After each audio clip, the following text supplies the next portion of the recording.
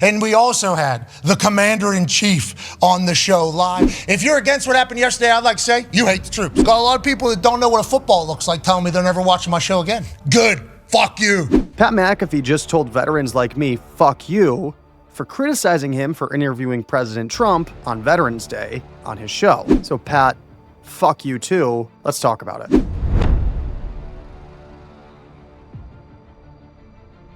So I love talking politics. I hate talking politics on the internet. People grow 10 feet tall when they're behind a keyboard. But politics and sports do intersect sometimes, and this is one of those times. On Tuesday, November 11th, which was Veterans Day, Pat McAfee had President Trump on his show. And on the one hand, okay, you're interviewing the sitting president, commander-in-chief, on Veterans Day. That makes a lot of sense. And honestly, any show should be willing to interview the sitting president, regardless of who it is.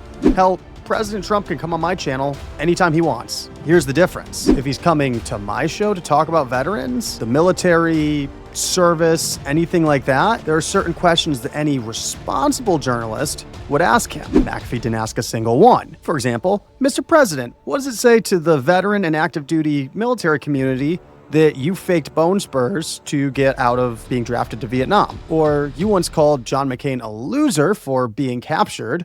Do you think all POWs are losers or just the ones who disagree with you politically? But okay, fine. It's the Pat McAfee show. It's ESPN. It's not gotcha journalism. And let's also be honest, McAfee and the boys probably had to submit their questions through screening before Trump even agreed to do this interview.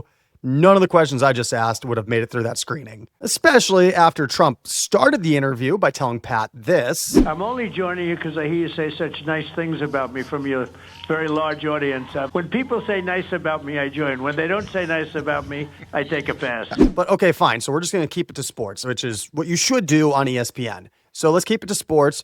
Why not ask Trump about the Commander Stadium? We just had multiple reports last week that Trump wants the new Commander Stadium to be named after himself. I think that's a fair question to ask him. When McAfee did ask him about sports, it was hilarious listening to how little Trump knows about NIL, while in Trump-like fashion, pretending he has all of the answers. Look, the NFL and all teams, they have caps. You don't really have that in college sports. And when the guard comes along that weighs 350 pounds and he's phenomenal, and they say that's going to make the difference between having a great team and a lousy team, and they give him $10 million, that's going to start happening pretty soon. All of a sudden, you're going to have, like, NFL-type payrolls, and I don't care how rich the colleges don't make that much money, even the most successful. Frankly, the college football, it's very big, but as big as it is, if they don't do, some very powerful caps, these colleges are all going to go out of business. Mr. President, the schools aren't paying the players. Wealthy donors are. It's local boosters. It's car dealerships. It's rich alumni who want good players playing for their alma mater. Everyone knows this except for apparently the guy answering the question. And then when Trump was asked if he ever talks to other world leaders about sports, here was his answer. Well, I did it the other night with two very nice people, as you know, with the Fox broadcast, and it was a little bit of a blowout game, in all fairness. To that, I say this. I really don't know what he said at the end of that sentence. I don't think he knows what he said either. I mean, Trump's answers to questions are hilarious. They're like, if CTE and ADHD had a narcissistic baby. I love the blacks. The blacks love me. The blacks, very great people, love the blacks. Mr. President, I asked you who you think's going to win the game tonight. Look, guys, I'm pretty middle of the aisle politically, believe it or not. If we have a good president that happens to be Republican, I'm happy about it. If we have a good president that happens to be a Democrat, I'm happy about it. This is a sports channel, so I'm not about to give you recommendations for who should be running for president next. But for our next one, can we please get a president that wasn't born before the internet? Someone in their 40s or 50s, maybe. I mean, when Trump was on the Fox broadcast the other day, he completely missed Jonathan Villa queuing him up for the 6'7" thing. We were trying to look up your stats, and we wanted to know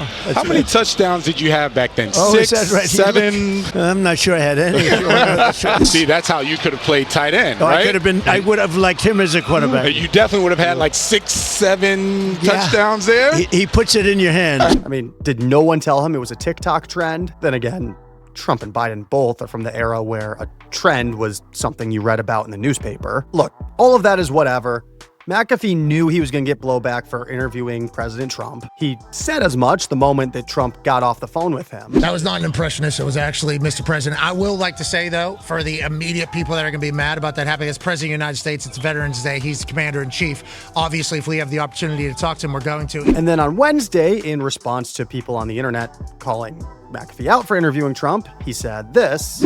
And we also had the commander-in-chief on the show live. If you're against what happened yesterday, I'd like to say you hate the troops. Got a lot of people that don't know what a football looks like telling me they're never watching my show again. Good. Fuck you. And as I said in the opening, fuck you too, Pat. Because saying that people don't like you interviewing Trump is the same thing as hating the troops is insane. There is zero connection between criticizing Trump, criticizing you, and hating the troops. And you know, if there's anyone that actually did something wrong to the troops in this whole situation, I think it might have been the guy forcing Marines to say "oorah" to a draft dodger. Mr. President, why don't you drop an oorah real quick? Hoorah! Those Marines, they have to do that, by the way. It's a military thing. I know, you wouldn't get it. How do I get it? Well, these are mine. These were on my uniform when I deployed. And the only Sports Illustrated I have framed that's not about the Seahawks is the one about Pat Tillman, the NFL star who left the league to serve his country and paid the ultimate sacrifice. So no, McAfee, I don't hate the troops. I was one. While I'm handing out fuck yous, let's talk to some of McAfee's loyal followers, one of which replied to me on Twitter because I tweeted on McAfee's video that I'm a vet and I have a huge issue with you interviewing a draft dodger on Veterans Day. This MAG idiot replied, Trump has shown up for the troops more than any president in my lifetime. You don't like him because you're a leftist dolt who had no business being in the military because most of you morons hate America. First of all, I'm not a leftist. Second, I love America. And third, if you ever want to sign the dotted line and prove your love for America the way that I did, go right ahead, baby. Anytime. Also, and probably most importantly, dolt. Who still uses the word dolt? Next time, just cuss me out like a normal internet troll. Look, it's not like McAfee is the shining example of ethical behavior. This is the same guy who helped push a rumor about an Ole Miss student sleeping with her boyfriend's dad. The rumor wasn't true, but after McAfee mentioned it on his show, her picture spread, her phone number leaked, people texted her death threats, she stopped going to in-person classes because she was being harassed so bad. McAfee played a huge part in ruining that girl's life. And even after NBC interviewed her in April, and everyone knew that the rumor was untrue, McAfee still took 3 months to come on his show and make a public apology. Now, I'm guessing he did write them a big-ass check behind the scenes, but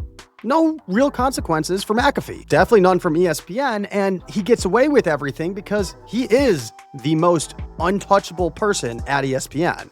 I mean, this is the same guy who called an ESPN executive a rat and doubled down on it on his own show on ESPN. That executive left a few months later. He called out ESPN and YouTube for their carriage fight.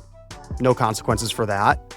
He called out other ESPN hosts for tweeting out asking people to sign a petition over the carriage fight. I mean, I do agree with McAfee on that, but he had no consequences on that. He brought on Aaron Rodgers, who falsely said that Jimmy Kimmel, a fellow Disney employee, was on the Epstein list, which was not true.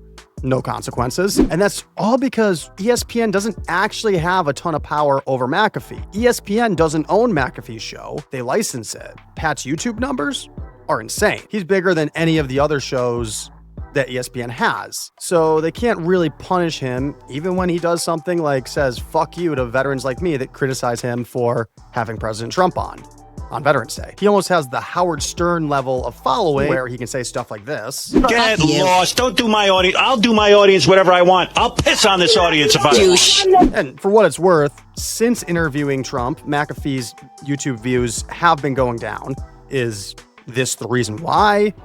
Is it politics? Is it him saying fuck you to people like me? I don't know. Look, I'm not saying that Pat McAfee's a bad guy. I've never met him. I'm not saying to watch his show or cancel him. I get sick of all this cancel culture stuff over everything. Consume whatever content you want to consume. I'm simply pointing out that McAfee having President Trump on his show, a draft dodger on Veterans Day, I found that to be inappropriate, but it also doesn't matter as far as ESPN's concerned because Pat McAfee is the most untouchable employee that they have. But that's all I've got. Please remember to like and subscribe and hit the bell. And let me know what you think in the comment section. Am I being too hard on Pat McAfee? Did you have a problem with him having President Trump on Veterans Day? Let me know what you think. I'm Seattle Mike on the mic. This is Mike Adams Football. I will catch you guys next time.